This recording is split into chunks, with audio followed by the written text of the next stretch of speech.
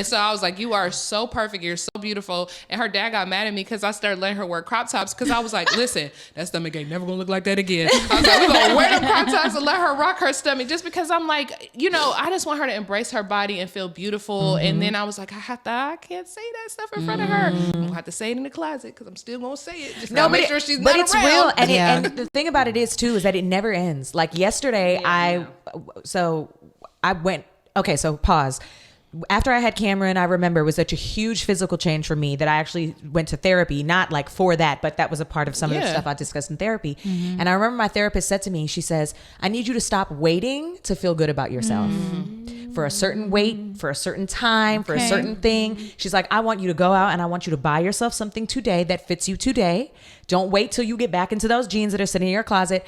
And I took her advice and I did. And I went and bought a skirt and I got dressed and I felt good. Yeah. So this time now, this girl, she did a whole thing on my body this time. We're not even gonna talk about it. Daughters, good. She came with hips for me. I was like, how do my pants not fit? The pregnant pants don't fit now. How did that not happen? Anyways, but I decided, I was like, all right, I'm going to go buy some clothes that fit me now. I'm only 7 weeks postpartum, but I'm going to go buy some clothes that fit me now. And I walked into this store and these two older women who are like probably in their early 50s were talking about clothes and they were talking about buying stuff in the store. And the woman had walked in. She said, do you have anything that would fit me? She was a tall woman. And she was like, maybe anything plus size.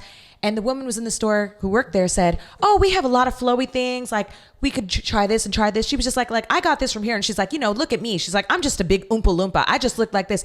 And I just walked into their conversation and I said, we are going to talk nice about ourselves today. And I said, because the world is too hard on us anyways. Yeah. And I was like, do you have kids? And she says, yes. She says, but my kid is 33. There's no reason why I should look like this. I said, we're not judging ourselves today. I was like, you do what you make feels good, but we are not going to talk about ourselves that day. And it broke my heart to feel that way, to see women older than me, women who have lived and done all whatever they might have done in their lives, and they still carry that just like judgment, this self-judgment after having kids. And I was so grateful that I could be the voice that stepped in that moment. Wow. And they were like, you're right.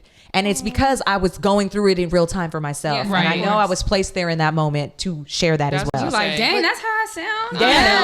Yeah. Exactly. Yeah. It's like, no. I had like a real moment like that one time because I'm very mindful of how I speak to myself because I started to notice that the more that I was nicer to myself, the more that my outside world changed so beautifully.